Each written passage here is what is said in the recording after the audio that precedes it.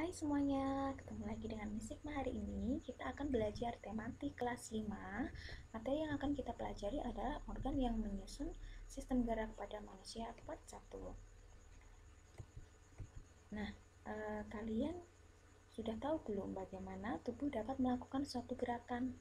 Gerakan yang bisa kita lakukan itu seperti berjalan, berlari, melompat, ataupun menggerakkan anggota tubuh kita seperti tangan dan kaki. Nah, Miss Sigma punya contoh gerakan seperti ini. Terlihat kuat ya? Nah, bagaimana tubuh kita bisa melakukan gerakan dan melakukan gerakan itu bersamaan dengan mengangkat beban seperti ini? Karena kemampuan melakukan gerakan tubuh pada manusia, nah ini juga bisa berlaku pada hewan, merupakan hasil kerjasama antar organ gerak yang menyusun sistem gerak dalam tubuh. Sehingga pada tubuh kita, antar organ dalam maupun organ gerak kita itu saling bekerja sama sehingga kita bisa melakukan suatu gerakan. Gerakannya bisa bermacam-macam seperti yang tadi Miss Sigma sebutkan. Nah, itulah kenapa tubuh kita bisa melakukan suatu gerakan. Kemudian, apa saja organ yang menyusun gerak pada tubuh kita? Nah, kita kan bisa bergerak. Tentu saja ada organ-organ yang menyusun gerak pada tubuh kita. Organ yang menyusun sistem gerak pada manusia dan hewan itu sama. Jadi terdiri dari apa saja ya? Terdiri dari otot, kemudian terdiri dari tulang yang bergabung membentuk rangka, dan terdiri dari persendian. Jadi antara hewan dan manusia, organ yang menyusun gerak pada tubuhnya itu sama, ada 3, yaitu otot, tulang yang bergabung membentuk rangka, dan persendian. Nah, kali ini kita akan membahas tentang otot terlebih dahulu ya. Oke, kita akan membahas jenis-jenis otot, itu ada otot polos, otot lurik, dan otot jantung. Dimana tubuh kita itu tersusun dari banyak sekali ototnya. Yang pertama, apa sih yang disebut dengan otot atau apa yang dimaksud dengan otot? Nah, otot itu adalah organ gerak yang aktif. Kenapa disebut organ gerak yang aktif? Karena otot merupakan organ gerak aktif yang melakukan kerja sehingga keseluruhan organ gerak dapat bergerak. Organ gerak itu seperti tangan, kaki yang juga tersusun atas tulang.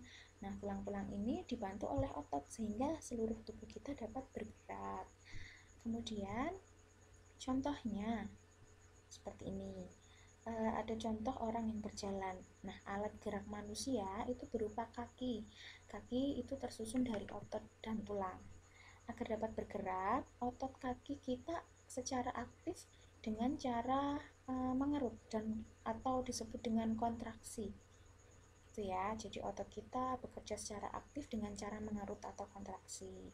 Otot yang mengerut ukurannya itu menjadi lebih pendek sehingga dapat menarik tulang tempat otot itu menempel atau melekat sehingga tulang ikut bergerak.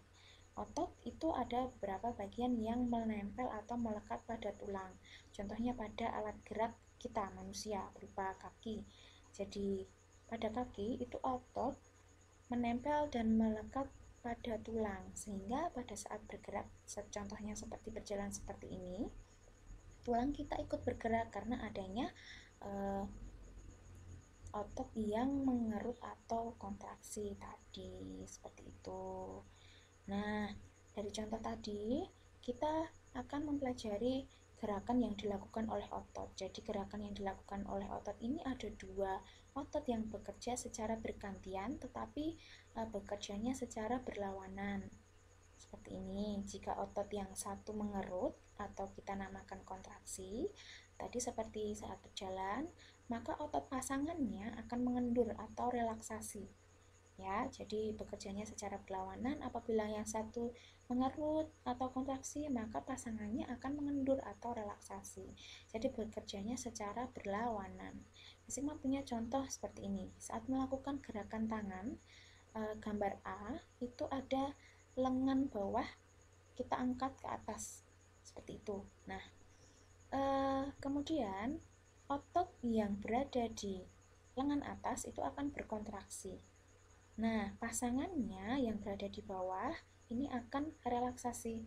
Terlihat dari bentuk ototnya, saat berkontraksi itu ototnya menjadi lebih pendek atau mengerut.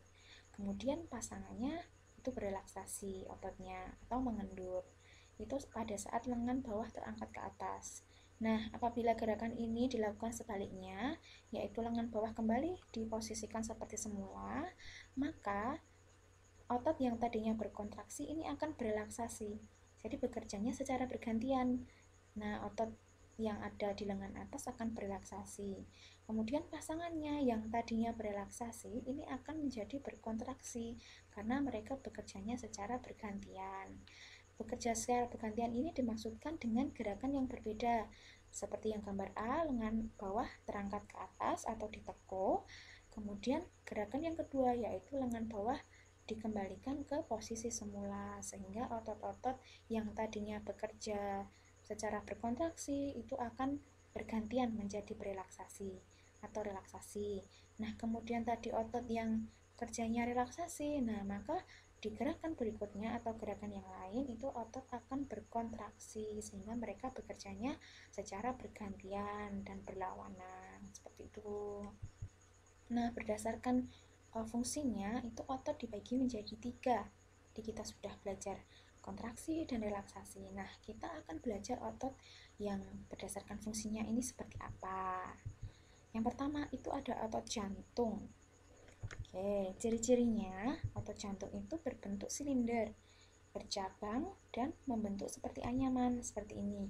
Jadi bentuknya silinder seperti pipa, tapi dia bercabang, ada cabangnya dan bentuknya seperti anyaman seperti ini.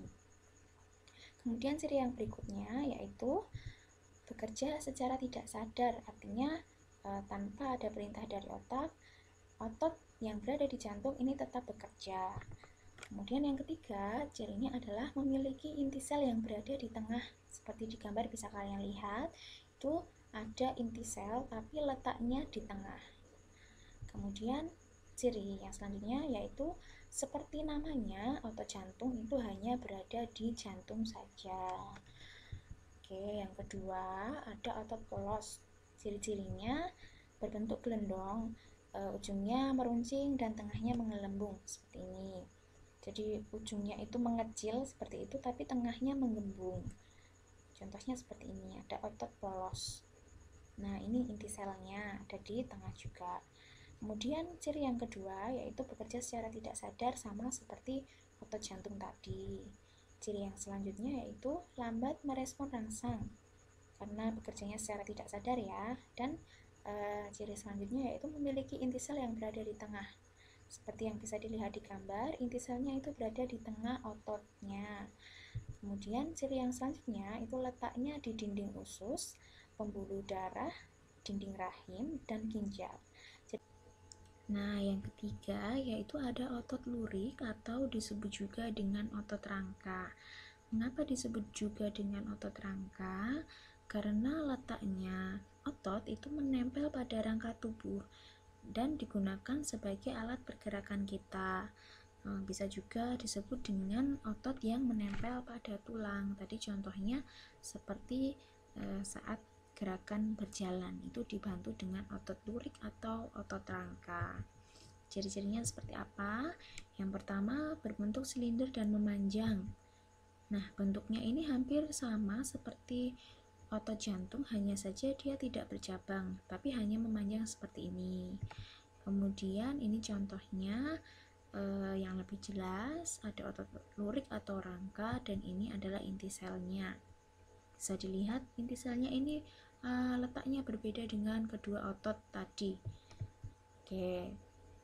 Ciri yang selanjutnya yaitu memiliki inti sel yang banyak dan terletak di tepi. Jadi pada satu otot itu dapat memiliki lebih dari satu inti sel dan berada di tepi. Jika ciri kedua otot tadi, otot jantung dan otot polos itu memiliki inti sel yang berada di tengah, tapi perbedaannya di otot lurik dia hanya memiliki di tepi saja inti selnya.